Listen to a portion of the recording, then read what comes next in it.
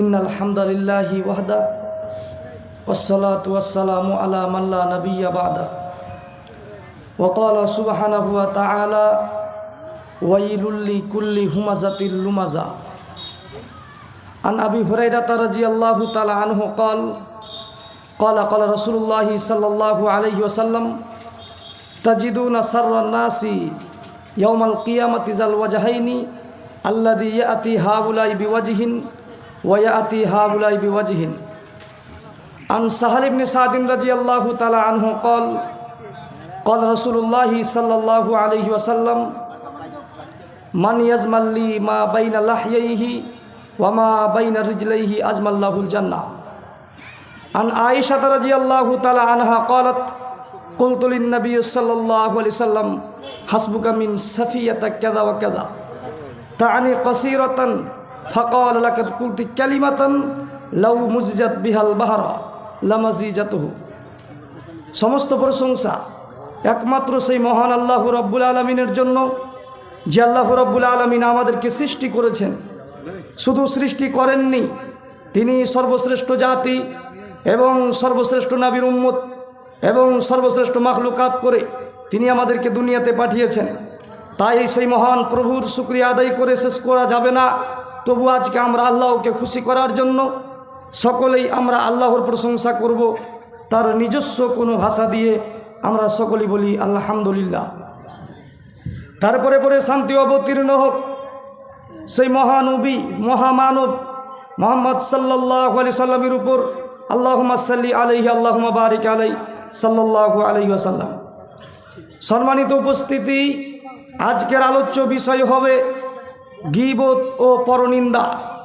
পরনিন্দা সম্পর্কে হবে ইনশাআল্লাহ। যেই সব পাপ করলে মানুষের সাথে জড়িত, পৃথিবীতে অনেক পাপ রয়েছে, যেই সব পাপ মানুষের সাথে জড়িত, তার মধ্যে একটি পাপ হচ্ছে পরনিন্দা করা। পরনিন্দা পাপটি হচ্ছে মানুষের সাথে জড়িত, যা ক্ষমা নেওয়া খুব কঠিন। এজন্য আমাদের উচিত হবে এই পরনিন্দা পাপ থেকে বেঁচে থাকা। মহান আল্লাহ পবিত্র কোরআনে সূরা হুমাযা আয়াত নম্বর 1 আল্লাহ রাব্বুল আলামিন বলছেন, ওয়াইলুল লিকুল্লি হুমাযাতিল লুমাযা।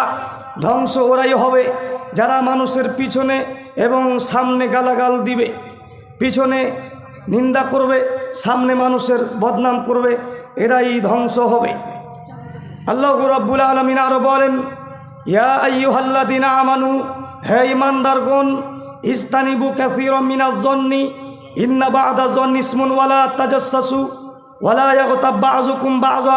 পৃথিবীর মানুষ, তোমরা ধারণা করা থেকে বিরত থাকো, কেননা ধারণাই হচ্ছে পাপ। এবং তোমরা একে অপরের নিন্দা করো না এবং একে অপরে আপনি মানুষের পিছনে লাগেন। আল্লাহ রাব্বুল আলামিন বলছেন, পৃথিবীর মানুষ, তোমরা একে অপরের নিন্দা করো না, একে অপরের পিছনে লেগো না। যদি আপনি দুনিয়াতে কোনো মানুষের নিন্দা করেন, বদনাম করেন, তাহলে কিয়ামতের মাঠে আল্লাহ রাব্বুল আলামিন সীসা গলিয়ে আপনার কানের মধ্যে ঢেলে দিবেন। আর যদি আপনি পৃথিবীতে কোনো মানুষের গোপন পাপ, গোপন অন্যায় কাজ যদি আপনি জানেন, আর যদি আপনি মানুষের সামনে প্রকাশ না করেন, তের চাদর দিয়ে ঘিরে দিবেন আর বলবেন, বান্দা, এই পাপটি কি তোমার? এই পাপটি কি তুমি করেছো? তখন বান্দা বলবে, হ্যাঁ আল্লাহ, এই পাপটি আমিই করেছি, এই পাপটি হচ্ছে আমার। আল্লাহ বলবেন, তুমি কি মনে করো আমার লেখকেরা, ফেরেশতারা তোমার উপরে জুলুম করেছে, অত্যাচার করেছে? তখন সে বান্দা বলবে, না আল্লাহ, এই পাপটি আমার, এই পাপটি আমিই করেছি।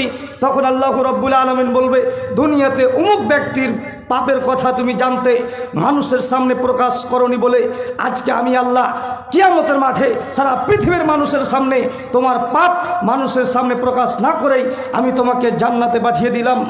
তাহলে দুনিয়াতে যদি আপনি কোনো মানুষের পাপ গোপন রাখেন, তাহলে কিয়ামতের মাঠে আল্লাহ রাব্বুল আলামিন আপনার পাপ গোপন রাখবেন। এজন্য আমাদের উচিত হবে কোনো মানুষের গোপন পাপ আমরা শুনব না এবং মানুষের সামনে প্রকাশ করব না। আবু হুরায়রা রাদিয়াল্লাহু তাআলা আনহু বলেন, রাসূল সাল্লাল্লাহু আলাইহি ওয়াসাল্লামকে জিজ্ঞাসা করা হলো, আন আকসারি মা ইউদখিলুন নাসাল জান্নাতা, আল্লাহর নবী কোন জিনিস মানুষকে বেশি বেশি জান্নাতে নিয়ে যায়? তখন রাসূল সাল্লাল্লাহু আলাইহি ওয়াসাল্লাম বললেন, তাকওয়াল্লাহ, তোমরা আল্লাহকে ভয় করো। যখনই আল্লাহ নবীকে জিজ্ঞাসা করা হলো কোন জিনিস মানুষকে বেশি বেশি জান্নাতে নিয়ে যায়, তখন তিনি সালাতের কথা বললেন না, জাকাতের কথা বললেন না, হজের কথা বললেন না, অন্য অন্য ইবাদতের কথা বললেন না। বললেন যেই জিনিস মানুষকে বেশি বেশি জান্নাতে নিয়ে যায় সেটা হচ্ছে আল্লাহকে ভয় করা।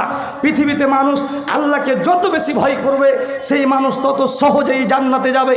রাসূল সাল্লাল্লাহু আলাইহি ওয়াসাল্লাম আল্লাহর ভয় সম্পর্কে উদাহরণ দিতে গিয়ে তিনি বলেন, গাভীর বাট থেকে, গাভীর ওলান থেকে দুধকে টেনে বের করার পর ভিতরে ঢুকানো যায় না, যেমন গাভীর বাট থেকে, গাভীর উলান থেকে দুধকে বের করার পর ভিতরে ঢুকানো যেমন অসম্ভব, আল্লাহর ভয়ে কাঁদে যারা, আল্লাহর ভয়ে ক্রন্দনকারী যারা, তাদের জাহান্নামে যাওয়া তেমনই অসম্ভব। রাসূল সাল্লাল্লাহু আলাইহি ওয়াসাল্লাম পৃথিবীর মানুষকে বলছেন, পৃথিবীর মানুষ তোমরা শুনে রাখো, আমি যেমন আল্লাহকে ভয় করি, তোমরা যদি আল্লাহকে তেমনভাবে ভয় করতে, আমি যেমন আল্লাহকে চিনি, তোমরা যদি আল্লাহকে তেমনভাবে চিনতে, তাহলে তোমরা পৃথিবীতে বেশি বেশি কাঁদতে, কম কম হাসতে। আপনি আল্লাহর ভয়ে কয়দিন কেঁদেছেন? আপনার বয়স 70 বছর হয়ে গেছে, আপনি বুকে হাত দিয়ে বলতে পারবেন না অমুক বছরে আমি আল্লাহর ভয়ে কেঁদেছিলাম। এরকম কোনো মানুষ খুঁজে পাওয়া যায় না এখন এই সমাজে। আবার রাসূল সাল্লাল্লাহু আলাইহি সাল্লামকে জিজ্ঞাসা করা হলো, আন আকসারি মা ইউদখিলুন নাস আন-নার, আল্লাহর নবী কোন জিনিস মানুষকে বেশি বেশি জাহান্নামে নিয়ে যায়? তখন রাসূল সাল্লাল্লাহু আলাইহি সাল্লাম বলছেন, আল ফাম ওয়াল ফারজ, তা হচ্ছে মুখ আর লজ্জার স্থান।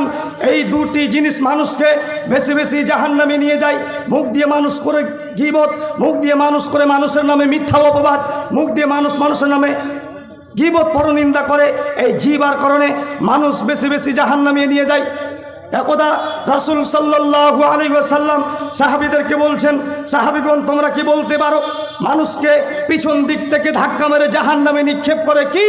সাহাবীগণ তোমরা কি বলতে পারো এমন কোন জিনিস রয়েছে মানুষের শরীরে যে মানুষকে পিছন দিক থেকে ধাক্কা মেরে জাহান্নামে নিক্ষেপ করে?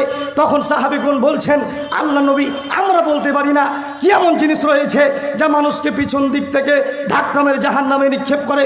তখন রাসূল সাল্লাল্লাহু আলাইহি সাল্লাম এই জিহ্বা ধরে নিয়েছেন, এই জিহ্বা ধরে বলছেন, এই জিহ্বা মানুষকে পিছন দিক থেকে ধাক্কা মেরে জাহান্নামে নিক্ষেপ করে। আন সাহাল ইবনে সাদ রাদিয়াল্লাহু তাআলা আনহু থেকে তিনি বলেন, রাসূল সাল্লাল্লাহু আলাইহি ওয়াসাল্লাম বলেছেন, মান ইয়াজমাল্লি মা বাইনা লাহইহি ওয়া মা বাইনা রিজলাইহি আজমাল্লাহুল জান্নাহ। রাসূল সাল্লাল্লাহু আলাইহি সাল্লাম বলছেন, পৃথিবীর মানুষ তোমরা শুনে রাখো, যদি তোমরা দুটি জিনিসের জিম্মেদার নিতে পারো তাহলে আমি নবী তোমাদের জন্য জান্নাতের জিম্মেদার নিলাম। এক নম্বর হচ্ছে এই জিহ্বা, এই জিহ্বার যদি তোমরা জিম্মেদার নিতে পারো তাহলে আমি নবী তোমাদের জন্য জান্নাতের জিম্মেদার নিলাম। আবু হুরায়রা রাদিয়াল্লাহু তাআলা আনহু বলেন, রাসূল সাল্লাল্লাহু আলাইহি ওয়াসাল্লাম বলেছেন, তাজিদুনা সাররুন নাসি ইয়াউমাল কিয়ামাতি জাল ওয়াজহাইনি আল্লাযী ইয়াতি হাউলাই বিওয়াজহিন ওয়া ইয়াতি হাউলাই বিওয়াজহিন। রাসূল সাল্লাল্লাহু আলাইহি ওয়াসাল্লাম বলেন, পৃথিবীর মানুষ কিয়ামতের মাঠে তোমরা সেই ব্যক্তিকে সবচেয়ে খারাপ ওই ব্যক্তিকে পাবে যেই ব্যক্তি দুনিয়াতে আল্লাযী ইয়াতি হাউলাই বিওয়াজহিন, যেই ব্যক্তি এদের কথা ওদের কাছে গিয়ে বলে, ওয়া ইয়াতি হাউলাই বিওয়াজহিন, যে ব্যক্তি ওদের কথা এদের কাছে গিয়ে বলে, এই ব্যক্তি কিয়ামতের মাঠে সবচেয়ে খারাপ মানুষ হবে বলে রাসূল সাল্লাল্লাহু আলাইহি সাল্লাম বলেছেন। আম্মার বিন ইয়াসির রাদিয়াল্লাহু তাআলা আনহু বলেন, রাসূল সাল্লাল্লাহু আলাইহি ওয়াসাল্লাম বলেছেন, দুনিয়াতে যারা দ্বিমুখী ব্যক্তি হবে, দুনিয়াতে যারা দ্বিমুখী ব্যক্তি হবে, যাদের দুনিয়াতে যারা এদের কথা ওদের কাছে গিয়ে বলবে, ওদের কথা এদের কাছে গিয়ে বলবে, কিয়ামতের মাঠে তাদের একটি মুখে আগুনের দুটি জিহ্বা হবে। যদি মানুষের কিয়ামতের মাঠে একটি মুখে আগুনের দুটি জিহ্বা হয় তাহলে মানুষের স্থান, মানুষের ঠিকানা কোথায় হবে আপনি বিবেচনা করুন। আনুবাদা ইবনে সামিত রাদিয়াল্লাহু তাআলা আনহু থেকে তিনি বলেন, রাসূল সাল্লাল্লাহু আলাইহি ওয়াসাল্লাম বলেছেন, ইজমানুলি সিত্তান মিন আনফুসিকুম আজমাল্লাকুমুল জান্নাহ। পৃথিবীর মানুষ তোমরা শুনে রাখো, যদি তোমরা 6টি জিনিসের জিম্মেদার নিতে পারো তাহলে আমি নবী তোমাদের জন্য জান্নাতের জিম্মেদার নিলাম। 1, যখন তোমরা কথা বলবে তখন তোমরা সত্য কথা বলবে। 2 নম্বর হচ্ছে ওয়াইদা আনতুম, যখন তোমরা আমানত রাখবে তা সময় মতো প্রদান করবে। 3 নম্বর হচ্ছে যখন তোমরা কারোর কাছে ওয়াদা করবে তা ওয়াদা পূরণ করবে। 4 নম্বর হচ্ছে ওয়াহাফাজু ফুরুজাকুম, লজ্জা স্থানে হেফাজত করবে। ওয়াগুজ্জু আবসারাকুম, নিজের দৃষ্টিকে নিচে রাখবে, ওয়াকুফু আইদিয়াকুম, নিজের হাতকে অন্যায় কাজ থেকে দূরে রাখবে। 6টি কাজ যদি আপনি করতে পারেন, 6টি কাজ যদি আপনি করতে পারেন, তাহলে রাসূল সাল্লাল্লাহু আলাইহি সাল্লাম বলছেন আমি তার জন্য জান্নাতের জিম্মেদার নিলাম। 1 নম্বর হচ্ছে যখনই আপনি কথা বলবেন সত্য কথা বলতে হবে। 2 নম্বর হচ্ছে কোনো জিনিস আমানত রাখলে সময় মতো প্রদান করতে হবে। 3 ওয়াদা করলে পূরণ করতে হবে। 4 লজ্জায় স্থানের হেফাজত করতে হবে। 5 নিজের চক্ষুকে, নিজের দৃষ্টিকে নিচু রাখতে হবে। 5 কি করতে হবে? নিজের হাতকে অন্যায় কাজ থেকে দূরে রাখতে হবে। আবু হুরায়রা রাদিয়াল্লাহু তাআলা আনহু বলেন রাসূল সাল্লাল্লাহু আলাইহি ওয়াসাল্লাম একদা সাহাবীদেরকে বলছেন, সাহাবীগণ তোমরা কি বলতে পারো গীবত কি, গীবত কাকে বলে? তখন সাহাবীগণ বলছেন আল্লাহর নবী আমরা বলতে পারি না, গীবত কি আল্লাহ এবং তার রাসূল ভালো জানেন। তখন রাসূল সাল্লাল্লাহু আলাইহি ওয়াসাল্লাম বলছেন তোমরা শুনে রাখো, তুমি এমন কোনো কথা তোমার ভাইকে বললে, তুমি এমন কোনো কথা তোমার ভাইকে বললে সেই যদি শুনতে পাই, তাকে যদি খারাপ লাগে, তাহলে সেটা হবে গীবত। তখন সাহাবীগণ বলছেন আল্লাহর নবী আমি যেই কথা বলবো সেই কাজ যদি আমার ভাই করে থাকে তাহলে কি সেটা গীবত হবে? তখন রাসূল সাল্লাল্লাহু আলাইহি ওয়াসাল্লাম বলছেন হ্যাঁ, তুমি যেই কথা বলবে সেই কাজ যদি তোমার ভাই করে থাকে তাহলে সেটা হবে গীবত। আর তুমি এমন কথা বললে সেই কাজ যদি তোমার ভাই করে না থাকে আর তুমি যদি সেটা বলো তাহলে সেটা হবে মিথ্যা অপবাদ। তাহলে আপনি এমন কোনো কথা, আপনি এমন কোনো আপনার ভাইকে বাক্য বলতে পারবেন না যেটা শুনলে তাকে খারাপ লাগে। আপনি বলবেন যে আমি তো পরহেজগার মানুষ, আমি তো দিনদার মানুষ, আমার মতো পরহেজগার মানুষ কেউ নেই, আমার তো দাড়ি রয়েছে, টুপি রয়েছে, আমি জুব্বা পরে রাস্তায় চলি, 5 ওয়াক্ত সালাত আদায় করি, আমার মতো ভালো মানুষ এই সমাজে কেউ নেই। আপনি তো নিজেকে ভালো বলছেন, তা আপনি কিভাবে বুঝবেন যে আমি ভালো মানুষ? আপনি কিভাবে বুঝবেন আমি পরহেজগার মানুষ? রাসূল সাল্লাল্লাহু আলাইহি সাল্লামের যুগে একজন সাহাবী এসে আল্লাহর নবীকে জিজ্ঞাসা করছেন আল্লাহর নবী আমি যে ভালো মানুষ এটা আমি কি করে বুঝবো? তখন রাসূল সাল্লাল্লাহু আলাইহি সাল্লাম বললেন তুমি শুনে রাখো, যদি তোমার প্রতিবেশী তোমাকে বলে তুমি ভালো তাহলে তুমি হবে ভালো, আর যদি তোমার প্রতিবেশী তোমাকে খারাপ বলে তাহলে তুমি হবে খারাপ। এখানে একটা গল্প আপনাকে বলি, তাহলে বুঝতে পারবেন যে মানুষ তার প্রতিবেশীর সাথে কত খারাপ ব্যবহার করে। একজন ফেরেশতা একজন সাধারণ মানুষকে বলছে তুমি আমার কাছে যা চাইবে আমি তোমাকে তাই দেব, শর্ত হচ্ছে তোমার প্রতিবেশীকে ডবল দেব। তখন সেই ব্যক্তি বলছে যে আমার একটি সুন্দর ঘড়ি চাই, তাকে একটি সুন্দর ঘড়ি দেওয়া হলো, তার প্রতিবেশীকে 2টি সুন্দর ঘড়ি দেওয়া হলো। তারপরে সেই ব্যক্তি বলছে আমার একটি সুন্দর বাড়ি চাই, তাকে একটি সুন্দর বাড়ি করে দেওয়া হলো, তার প্রতিবেশীকে 2টি সুন্দর বাড়ি করে দেওয়া হলো। তারপরে সেই ব্যক্তি বলছে আমার একটি সুন্দর গাড়ি চাই, তাকে একটি সুন্দর গাড়ি করে দেওয়া হলো, কিনে দেওয়া হলো, তার প্রতিবেশীকে 2টি সুন্দর গাড়ি দেওয়া হলো। তারপরে সেই ব্যক্তি বলছে যে আমার একটা শেষ ইচ্ছা রয়েছে, শেষ একটা কথা রয়েছে, সেটা করো, সেটা হচ্ছে তুমি আমার একটা চোখ অন্ধ করে দাও। মানে তার ভাবনা এটা, যদি আমার একটি চোখ অন্ধ করে দেয় তাহলে আমার প্রতিবেশীর 2টি চোখ অন্ধ করে দিবে। মানুষ কত খারাপ হলে এই ধারণা করতে পারে, সে নিজেই ভালো খাবে পড়বে সেটা সে দেখতে চাচ্ছে না, সে শুধু প্রতিবেশীকে নিয়েই পড়ে আছে। এজন্য রাসূল সাল্লাল্লাহু আলাইহি সাল্লাম বলছেন আপনার বাড়ির পাশে যে ভাইটি রয়েছে তাকে যদি বলা হয় যে বলুন তো ভাইজান আপনার ওই প্রতিবেশী কেমন, তখন সে বলবে খুবই খারাপ। তাকে যদি আবার বলা হয় সেও খুব খারাপ। এজন্য রাসূল সাল্লাল্লাহু আলাইহি সাল্লাম বলছেন সবাই যে খারাপ, মানুষ তখন ভালো হবে যখন মানুষ তার প্রতিবেশীর কাছে ভালো হবে।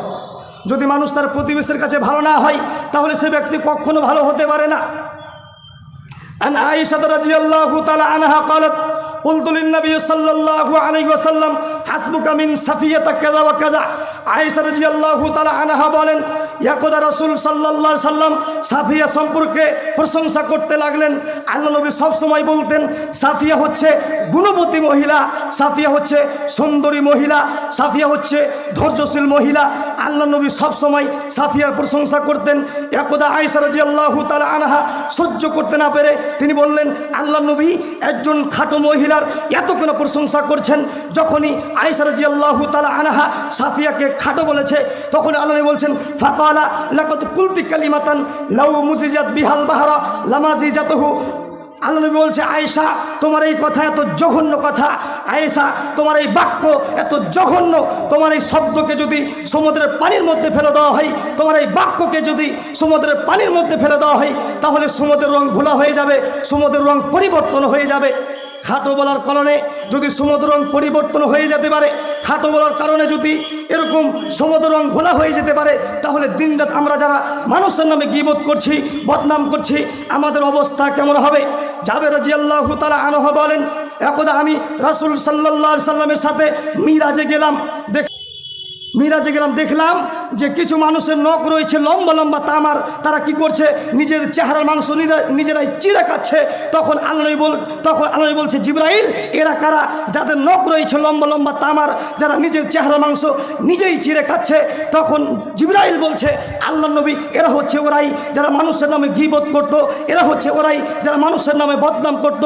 সম্মানিত উপস্থিতি, যদি দুনিয়াতে আপনি কোনো মানুষের বদনাম করেন, গীবত করেন, তাহলে কিয়ামতের মাঠে